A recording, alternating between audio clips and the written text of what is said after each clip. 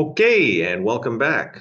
I am your media hitman, Jonathan Narvey, founder of Mind Meld PR, my fellow media hitman here, Sam Duffy. And once again, we have a PR tactic, PR tip for you. Well, it's actually, I guess, more of a bigger topic. Do we bribe reporters to get news hits for our PR clients?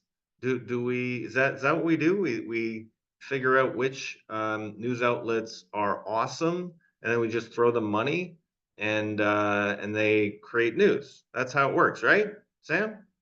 Yeah, absolutely not. You won't find any reputable PR agencies bribing journalists or bribing publications to get their clients in the news.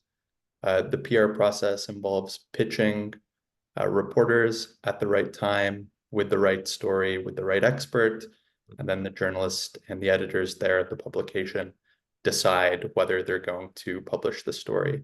Mm. Uh, it's not a case of bribing. We probably have, thousands of um, pitches going out to journalists every month, and that's how we get the media hits for our clients. Yep, that is very true. Now, why is there any confusion about this?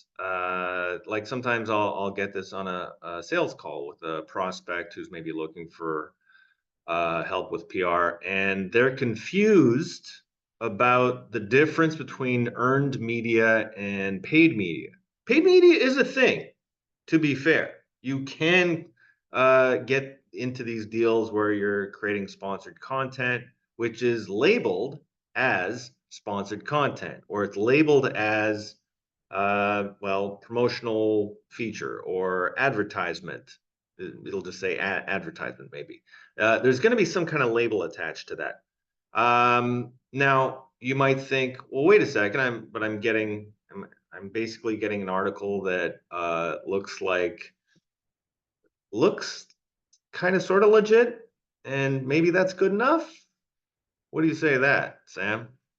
Yeah, so one thing that really muddied the waters here was, thought leadership content and specifically sponsored content. Hmm. So sponsored content involves, going to one of these publications, say it's Forbes and you sign up for a Forbes Council membership and, you can send them content and they'll post it and Hmm. you can say you're in Forbes. But in a true PR process, what we're doing is we're reaching out to the publications with, an idea for a piece from a thought leader that we work with from one of our clients. They're saying, yeah, we'd love to see a full draft here. We're assisting our client in writing that draft and then sending it to the publication. Hmm. And the real difference between the two is the credibility each of them have. Anyone can pay to get into Forbes Council and post their content, but not everyone can write, a great thought leadership piece that's really giving some insights into an industry. Yeah, I think that's fair to say. And I want to be actually fair to the sponsored content folks as well. I'm not saying, like, I've been in the PR business for many years, and in newspapers and media before that. Uh, I'm not saying there's no place for sponsored content, advertising, etc. They have their place.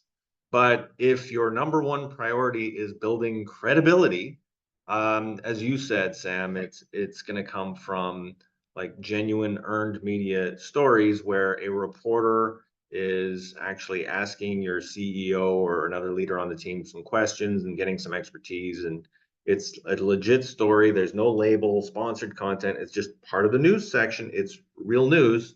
That's where you get your greatest credibility from. It's like a hyper powered testimonial, I think. Um, yeah. So yeah, I think there's probably a place for both. But like our thing is earned media coverage, and we do very well at that. Final thoughts?